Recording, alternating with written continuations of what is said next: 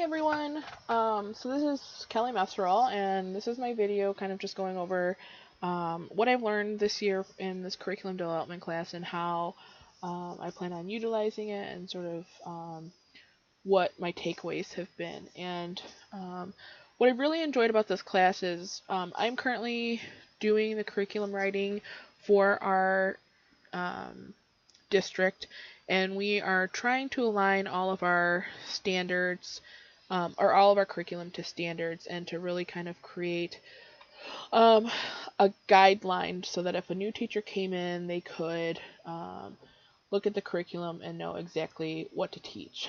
It's a little problematic, I think, when it comes to um, creating something that's a little too cookie cutter and not being able to have a lot of choices. I'm still trying to kind of fight our district as far as allowing us to be really vague about things so that we're not um, sort of cornered into everyone is going to make a still life and it's going to be done in graphite.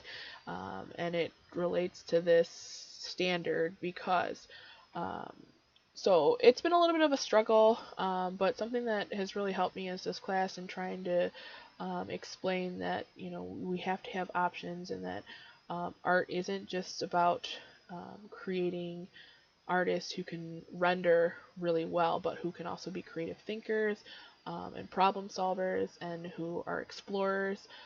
And that also has been really hard for me as a teacher because I do see myself getting trapped sometimes in the idea of, okay, yes, I want my students to be really creative, but I also want them to be able to shade a sphere, and I want them to be able to draw things accurately.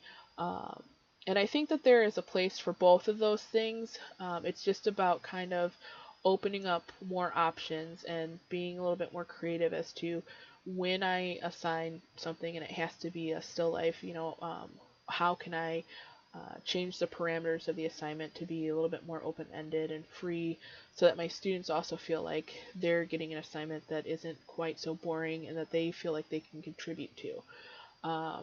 One thing that is also very new to me is incorporating technology into my classroom. We talked a little bit about this in our PowerPoint that Biana and Michelle and I did when we talked about Don Krug.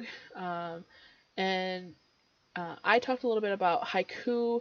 I'm going to actually kind of talk a little bit more about that and how it's helped me and what I've learned from this curriculum class to use in my online sort of learning platform.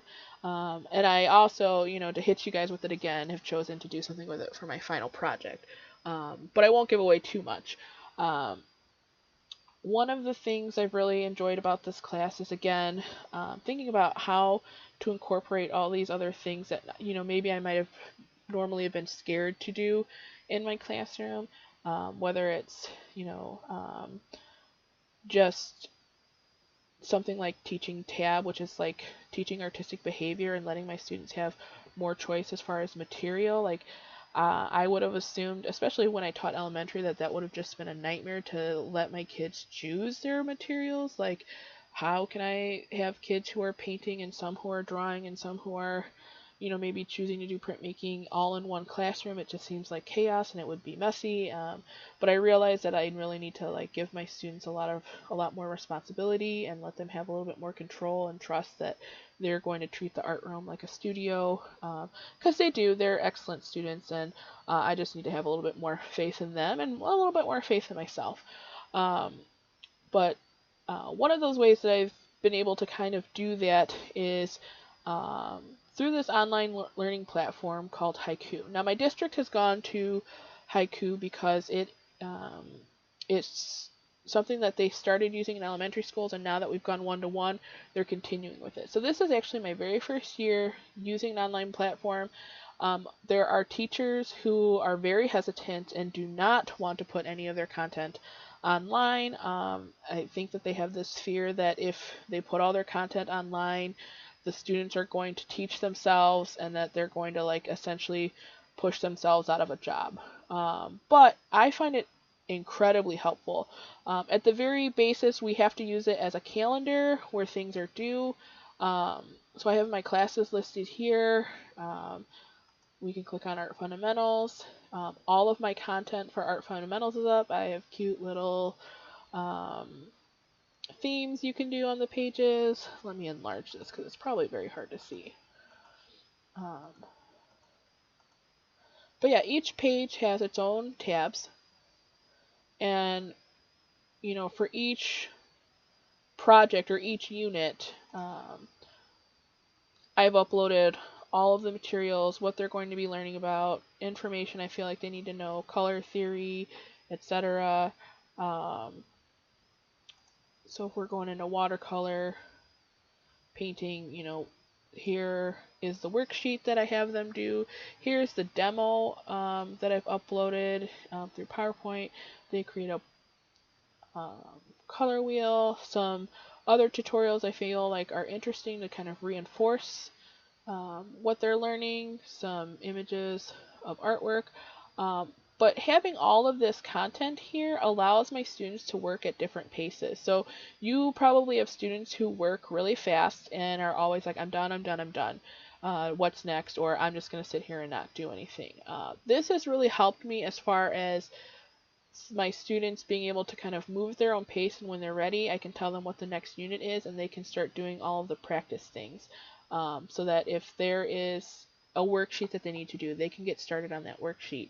Or any homework, they can do that homework for them. So it's really kind of letting that student have control, which again is kind of new for me in curriculum, all curriculum really should be student driven, but a lot of times it's really kind of guided by the teacher, and that teacher has so much control that myself as a teacher, it's been a little bit harder to let go of that control.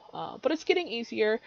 This has also really helped me out in a major way so that when students are gone, I give a soldering demo, I record it, and then they can watch the soldering demo and take notes.